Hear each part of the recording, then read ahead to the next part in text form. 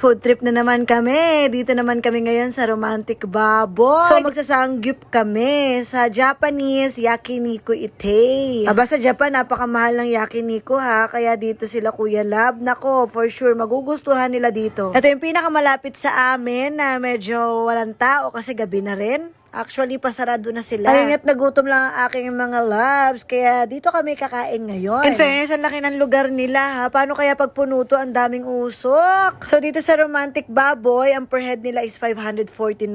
Naba, pwede na. Tapos eat all you can pa ito. And then habang naghihintay kami, ayan, pinapili na kami ng 3 klase daw. So pinili namin syempre yung mga bestseller nila. O, syempre naman dapat yun ang una namin matitikman dito. No? Dahil first time ko rin din kumain dito sa Romantic Baboy. Katulad ng aking mga loves. Guys, ang popogi na aking mga kadate. O, diba? Swerte-swerte ko. So, ayun na yung aming pwesto. Inaayos na ni Ateng. Ateng, bilisan mo na. Dahil for sure, mapapasabak ang aking team love. Syempre, pambato ko si Kuya Love. Naku, favorite niya ang Yakiniku, no? Etong dalawang to, naghaharutan pa. Namiss niya isa't isa, no? So, ayan, uupo na kami, ha. In fairness, talagang nakaredy na yung mga kakainin namin. Pati yung mga iinumin, nandito na rin. Abat, meron pa silang mga extra. So, talagang bago pala nila ipapaupuin yung mga customer nila, inaayos na muna nila lahat-lahat. Dahil lang style, kapag kaupo, bilang agad ang oras. May oras pala dito, 90 At in fairness, uling ha, ang galing. And then, itong lagayan nila, akala ko nga cheese yan, yun pala itlog yan. Ang galing, no? Tapos, ang nakakatuwa dito, may seafood. So, ayan, si Hideo mahilig yan sa seafood. Tapos meron silang mga side dish. Ayan, tulad nito, may cheese. Hindi ko alam anong tawag nito. Ang dami ha, in fairness. Okay dito sa Romantic Baboy ha. Mukha talaga kaming mapapasabak nito. Tsaka ang dami talaga nilang side dish. Ayan, meron mga parang pansit pa, may kamote pa. Dahil dyan, di na kami mapapatumpik-tumpik. Syempre, titikman na namin ang kanilang bulgogi. Ito yung una naming titikman. Inihaw na namin. At syempre, 3 ang pinapakain ko. Ako ang tagaluto. Diba? Syempre kahit nasan ako, mapunta sa Japan, mapunta sa Pilipinas, tagaluto pa rin. At in fairness ako ha, hindi ako mahilig sa mga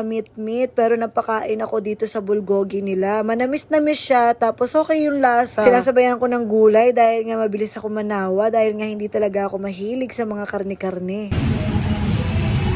Wow! What can you say? How is their Yakiniku in Philippines? Oh, sarap na ako. Good. Okay. Bravo.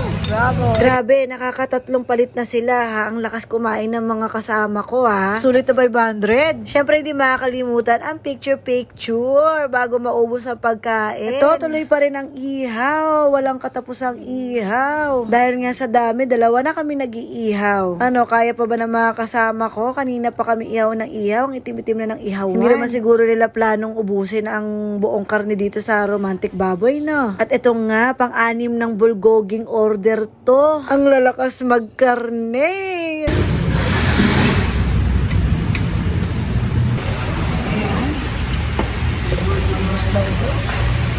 Talagang bait ni Kuya. Hindi na. Ano kaya yun? Talo ko kayo. Ngayon, ako nagbayad. Talo ko.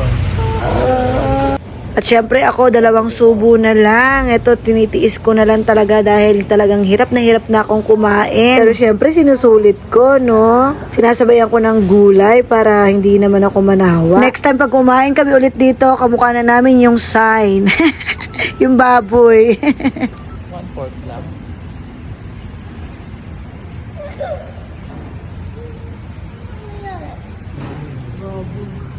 That's one yellow.